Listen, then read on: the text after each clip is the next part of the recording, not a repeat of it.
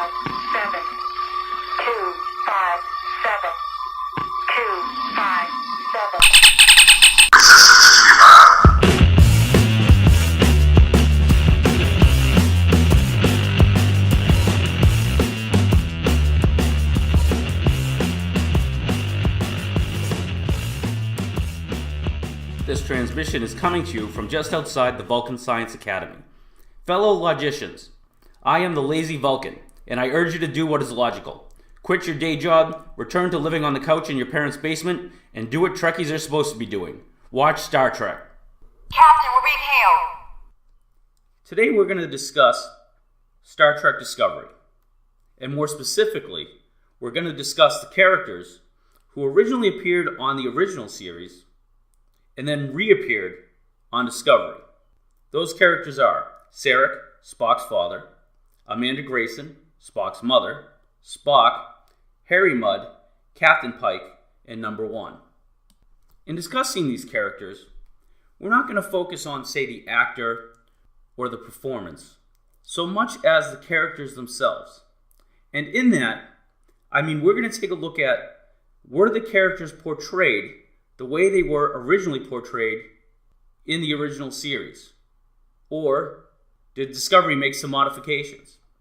Now, taking into account the canon trap, anti-canon plot device trap thing I babbled about in my first podcast, remember, if a character has changed, that isn't necessarily a bad thing.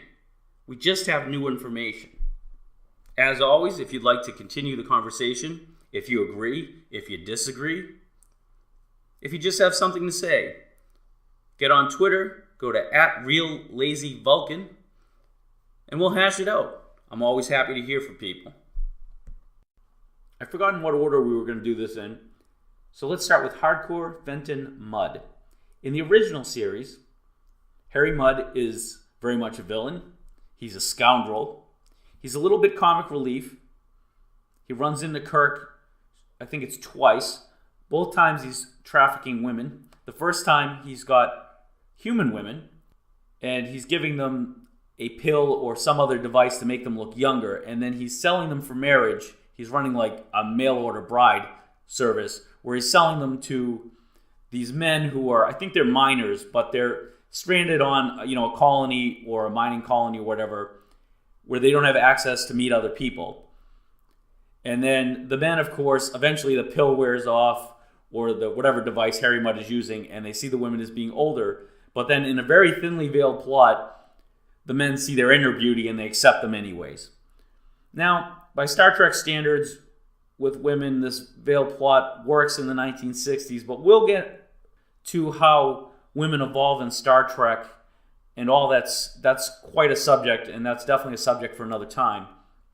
I want to focus on the characters here. So Harry Mudd in the original series is basically a trafficker of women, and you can see why that's one element they changed a little bit. When I come forward to 2019, I see him in Discovery. He's no longer trafficking women, and I think that's because we take that a lot more serious, or at least I hope so, now, with the Me Too movement and other things. So Harry Mudd's been changed only in that respect to me, in that his scandals now have changed, other than he has this sort of thing where he has a wife, Stella, who is, in his opinion, harassing him, and then he kind of pulls the wool over her eyes to get money from her, and that goes back and forth, and that's sort of almost an old 1960s gag. It's almost tired, but I think it still works today a little bit, although we're pushing out of it.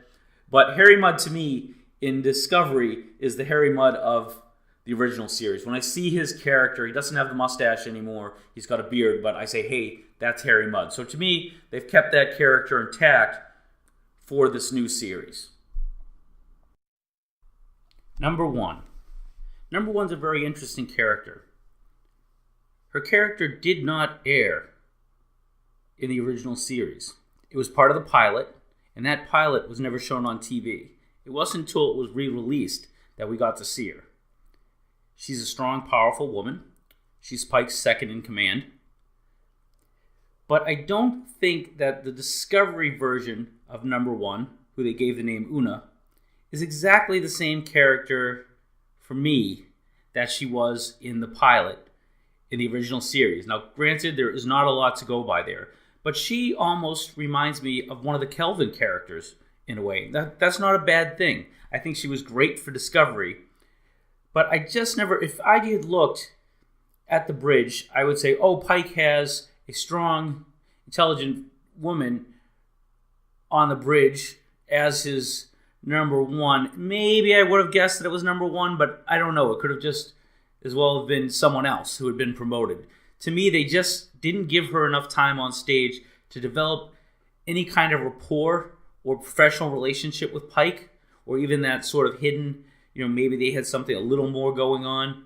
Just didn't happen for me, and therefore she never really became number one. The next character to consider is Amanda Grayson.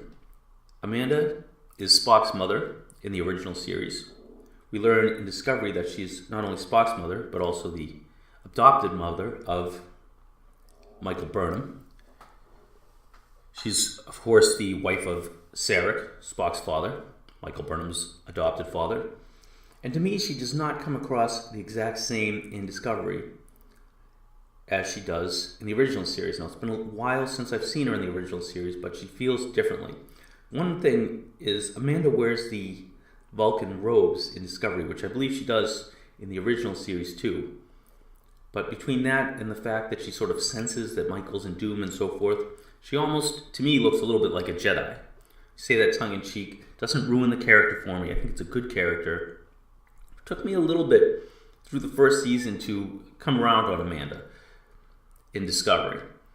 But by the end of it, I thought this was a nice, solid character who I liked, who genuinely, that was hard to say, fit into the plot. And I thought that the actor did a good job with the character. But to me, when I saw Harry Mudd, I said, hey, that's Harry Mudd. I saw number one. Is that number one? I'm not sure. Amanda Grayson is kind of like that. If I saw her on Discovery, I probably would say, yeah, okay, that's Amanda Grayson. Amanda's talking to her children and so forth. She's the more emotional of the two parents, certainly. So maybe, yeah, I would guess that it was Amanda. But it's just not as clear as Harry Mudd, where I would have said, oh yeah, hey, that's Harry Mudd.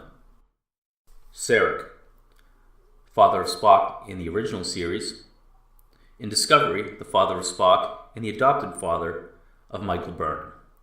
Certainly not going to win Father of the Year in either series. In Discovery, we see when he decides to make the fateful decision to turn Spock over to Section 131, for instance. He's not capable really of showing his emotions. He is a Vulcan. But his actions also show a lack of concern many times. However, that's not the question. The question is he the same character in the original series and Discovery? Now, this is a little bit difficult because he's younger in Discovery. I like his character a lot in Discovery. And I think it is. I think I'm sold. I think this is a younger Sarek in Discovery. And you see him change and you see him stay with Amanda and so forth. And I think you're seeing a character who evolves and does so in a way that makes sense, that he evolves from the time and the age that he was in Discovery into the original series. So I'm going to say that Sarek does stay the same, albeit a younger version of his original series self. So his Discovery character, I believe, to be intact. It grows into the character it is in the original series, but in neither series does he get Father of the Year. Captain Pike. This is where it gets good. Is Captain Pike the same character in Discovery that he is in the original series? It'd be easy for me to say no here, and I haven't decided yet. Let's talk this through. Captain Pike, when we see him in the original series, it's in the pilot, and he is a shaken man. His doctor comes down to talk to him. They drink some whiskey, I think, to hash out the problems he's having. He's nervous. He's not sure if he still wants to be a Starfleet captain. He thinks he might want to live off the land, go home, have some horses. And he's unsure if he can continue to make command decisions that decide the lives of his crew. Very nervous, very unsure. Now flash forward to Discovery, and he's very positive, He's the paragon of captains, I've heard many people say. We learn he's held out of the war by Admiral Cornwell because he is the best that Starfleet has to offer. So something's changed here. And I want to say that the depiction of Pike is, I think, spot on for the time period. Pike is the unflappable Starfleet captain that you've come to know from that age, from Kirk. Pike is bold, Pike is strong, he's sure of himself, and this is in Discovery. So how can we say that a shaken Pike from the original series is the same character, and that the character is intact, when he's almost the complete a 360 turn to a positive, strong, intelligent, thoughtful character, not drinking certainly whiskey with the Doctor? And there is something there that we can point to that might make this work. Talos 4. Pike goes to Talos 4. He, of course, meets Vina. He's all upset. And you could argue that just like when Spock in Discovery goes to Talos 4 and his mind is set right, Pike goes to Talos 4, which sort of, they showed Talos 4 in the episode in the middle of Discovery. And that was a cool thing they did, actually, by the way. They showed the footage from the original Star Trek and juxtaposed it into Discovery. And that was nice for continuity. So, if we do a little make-believe, if we suspend, you don't really have to suspend the storyline, but so you say he went to Talos 4, we know he went that extra trip, and that heals his mind, just like it heals Spock's mind. And then he returns to the Enterprise and to later Discovery, a full, complete Pike, and you get the character that you saw on Discovery. Now, if you do that, if you look at Pike, he goes down to Talos 4. The Talosians order his mind, much like in Discovery, they order the mind of Spock. I'm willing to accept that Pike is the Pike of the original series. He's just gone through some psychiatric treatment. That depression, that anxiety, whatever it was that was holding him back, that was making him say, I don't want to make these decisions anymore. I just want to live out on a farm with my horses. That seems to be gone. The dedicated Starfleet commander, the paragon of Starfleet commanders, comes back. And I will say, under those terms, that is the same character. We've just seen a large amount of personal growth that was facilitated by the Talosians. And an excellent character, by the way. I think we all enjoyed it. Finally, Spock. This character was a monumental challenge to recreate. It took Ethan Peck to try to recreate the magic that an absolute legend, Leonard Nimoy, began. I have reservations about this. I'm glad they did it. I was excited that they did it. And for the most part, I think it worked. However, this is a younger Spock. So the portrayal doesn't have to be exactly the same. And I believe there were hit and misses along the way. The hit and misses, however, I believe were the way that they filmed it. It started with Spock being sort of insane, not himself. He had seen the Red Angel throughout his life. Time fails him. Logic fails him. And in a slight way, I think Star Trek Discovery failed us by being a little cautious, going a little slow into the Spock character. It became the search for Spock, with no, I'm sure, small bit of irony there. And then they find Spock, and he's not himself, and it takes a long time before we even see Spock as himself. And then once we do, he's sort of got this angst inside of him. He's got anger. So he's still trying to transition into the Spock character.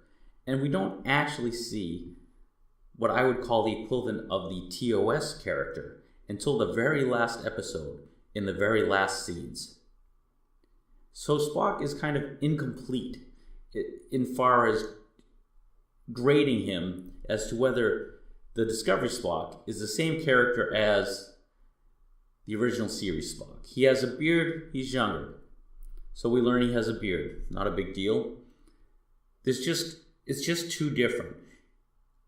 But yet, people do make changes. People's characters do change. People's personalities change. He loses his sister.